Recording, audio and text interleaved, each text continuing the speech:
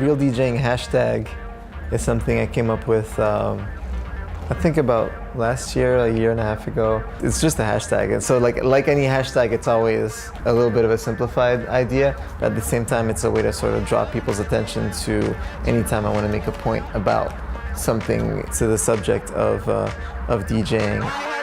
Sometimes I would like write a paragraph of text on Instagram about a certain aspect of DJing and use the hashtag just to get people thinking about what the phenomenon is. Other times it could be literally a video of myself, you know, doing some sort of turntablist trick, and again use the hashtag. It made it important, in my opinion, for people to at least think about it and form an opinion of their own. Certain DJs with a pretty high reputation or ranking who in fact are great producers, right? And who get booked for DJ sets because they're great producers.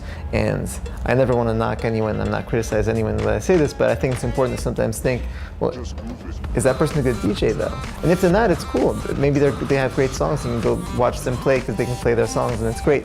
But it's cool to at least question that sometimes. And at this point in time when there's so many types of DJs, right? So many genres, and even within the genres, certain people are great at festivals, certain people are great at clubs, certain people do really cool mixtapes, certain people do cool mashups and blends and whatever else. Any of those things can make someone a good DJ. And then in contrast, you have other DJs who maybe rose to fame through production and like suddenly have to play a DJ set. Sometimes you'll see some of those play the same set everywhere, right? You might cash in at a festival and then go see their after party, they play the exact same set.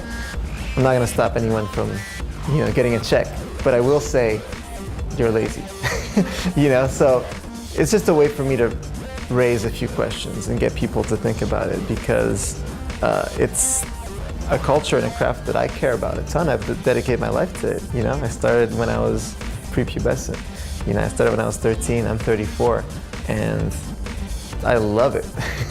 And I think there's a few misunderstandings out there. So I never even try to tell people like, this is dope and this is whack. I just try to put it in context, frame it, and then I'll let people make their own opinions.